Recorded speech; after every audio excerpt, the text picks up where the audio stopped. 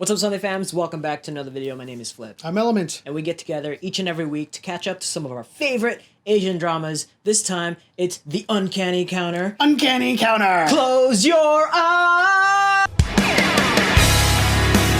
Close your eyes! Oh my gosh, such a mind-blowing past two episodes. Yeah. So they face off the League of Villains, especially Shin. They get trapped in this house, warehouse, so I should say, and all hell breaks loose. Yeah, I mean, someone is strung up and he's hung out to dry, and the counters have to do whatever it takes to save him, but they're out of their wits, you know? They don't have the territory, and they're just acting on pure desperation. They're also outnumbered, and Miss Chu Yes. is fighting two evil spirits Oh on my her gosh. own.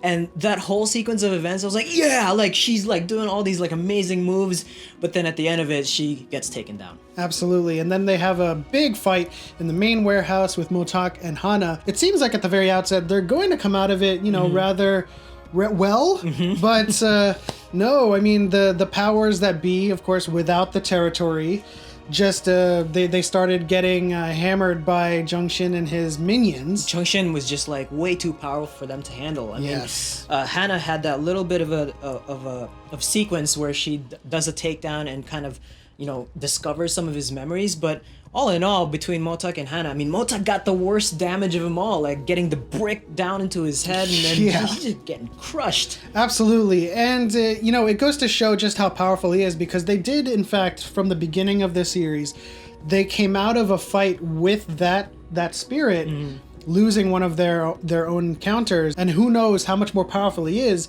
having consumed more spirits. Maybe he's a level 4 now, closer to level 5. Well, I think he's probably around level 4, at least level 5, maybe, because he's starting to discover the spirit within him is starting to communicate how to gain more power, and so he must be leveling up. So has, you know, So Moon, like we theorized in the last video on how he could still have or regain his powers, right? And like all of a sudden, I had said that he still has some kind of tether with Wigan, but like there's some other theories that's floating in our heads right now. But all of a sudden, the green smoke, boom, into his body, territory.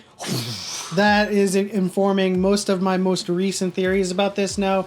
You did say he had some inkling of a tether, and that was sort of debunked in this episode where, you know, he was like, Wigen, are you still with me? And she said, no, I'm not. So, I mean, there might be an innate tether or an innate connection, and that could just be how we're theorizing that he could be a young, like young, chosen one, like type chosen of character. Prodigy, like kind of like one of those chosen prodigies that are accidentally, like you accidentally find, right? Just like in Bleach, you know, he was just there, and then the Shinigami shows up, and then all of a sudden he's a Shinigami, and he's like the most powerful Shinigami in the world. But like in Moon's case, like I think that's kind of in the same realm, right? Like it has to be, because how can he communicate to Wigan if they've you know, totally disconnected from each other? Now, in my case, I don't think he's connected to Wigan. I think he's connected to Yeong. I think that in the moment of desperation, he was reaching out to that plane of existence, or whatever we're gonna call it. Limbo. Yeah, and he reached out to whoever he knew was there, which is Wigan. He has the closest connection to her, and she was like, oh my gosh, like, Somun, what's going on? And then as soon as the trapped spirit, because green means trapped spirit, white means regular spirit, black is an evil spirit. As soon as that green spirit went into him, I was thinking that he is just innately like an ascension god. You know, he can ascend spirits that have been trapped, or just regular spirits. He can ascend them, because as soon as that green spirit went into him, we saw that person ascend to Yeong, and they were like talking to her, like, who are you? It was like, what, like, how are you here?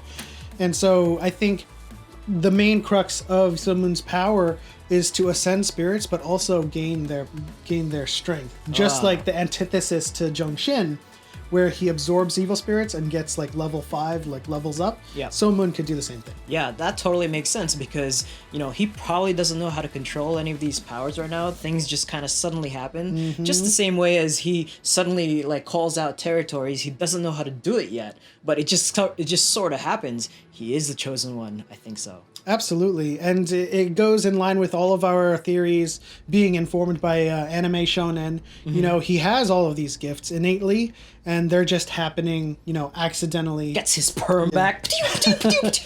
And so, like, yeah, Wigen's presence does explain the perm. Yep. But it does not explain him having the strength to fight off that bully. Yeah. And, well, we did get confirmation that Chung-mul did not erase his memory. So that does explain how he remembered. But still, he had his strength. And as far as we know, Wigen was not connected to women. So a lot of his power comes from within, I think. Oh, that's going to be so interesting. We did not find out any of these theories come to fruition in the last episode, which was episode 12. But heartbreaking for Motak here, like with Jeong Yeong, like taking it to the head, literally, like she's gone. Like I could not believe that they did that to him. Yeah, you know what? I think that was sort of a balancing act, really, because they were playing around with Miss Chu having almost died, you know, coming out of that warehouse situation. Guys, that was so intense. Like tearjerker. I was like literally like, is this really gonna happen? Because if it does, it's gonna be so amazing because the emotions are gonna be so crazy. I thought it was going to happen. You know, she was having this beautiful moment with Suho, her son, and you know, I thought that they were both gonna ascend. Of course, I don't really know how the deeper mechanics work with Yeong. Is he a young god as long as his mother is a counter? And do they both? Because like he was disappearing. The counters and the gods are like kind of tethered together and connected in some way. So what is Somun's connection to Wigen? Wigen didn't connect with Somun collectively. Like they didn't say yes to each other. So that was not like a contract or anything. It just kind of accidentally happened. So Wigen can get out of Moon, disconnect from Moon without any consequence. But all of the other counters, they pretty much have like this verbal contract to work together. So when one dies, the other one disappears. They all disappear. Okay, so you know, taking that into account, of course, I think that was a balancing act, right? I think Miss Chu was on the verge of you know, ascending and losing her life, but they brought her back, and I think the writers had to choose a kind of balance there. And it's still heartbreaking. It's a heartbreaking balance to choose. And of course, at the finale of all of this, we're talking about Chung-mul, who is setting up Mayor Shin with this ruse dealing with money. He got suitcases full of water bottles. It was so good to see him like lose his mind in that moment and pour water into the Tyson's group. That breakup is going to be so awesome. I can't wait to see it. But you know what? Like the Yellow Suitcase. Yes. The Yellow Suitcase. Kim Young-nim. They discover the body of someone who was murdered 7 years prior. And, you know, with the help of Chung-mul and his ruse, they got the DNA of Mayor Shin. They confirmed that Yu was on the clothes of the body, and also Mayor Shin was also underneath the nails of the body. So he is arrested. The intrigue is skyrocketing at a high right now, and all of these amazing elements coming together with the Uncanny Counter.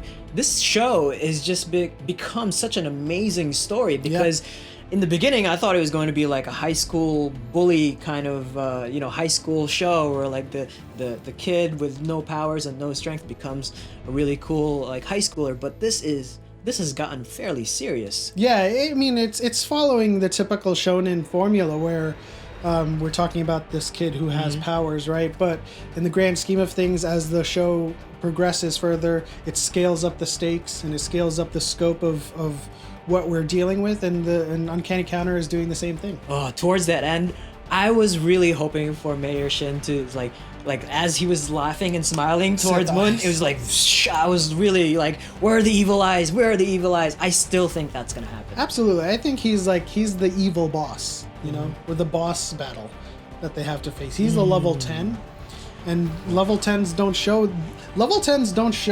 the Sith eyes and go, I'm hungry, like the lower levels. It's him. It's all him. Oh my god. He is evil embodied, and so he doesn't need a second voice. That's just him. I'm hoping, that is what I'm hoping for, that's going to be a possibility in a later episode. In any case, that is it for us, guys. Thank you so much for stopping by, and leave your theories in the comment section below. Like the video and subscribe if you haven't already. Tap that bell notification for more videos so you're notified when we post them, and we'll see you next time.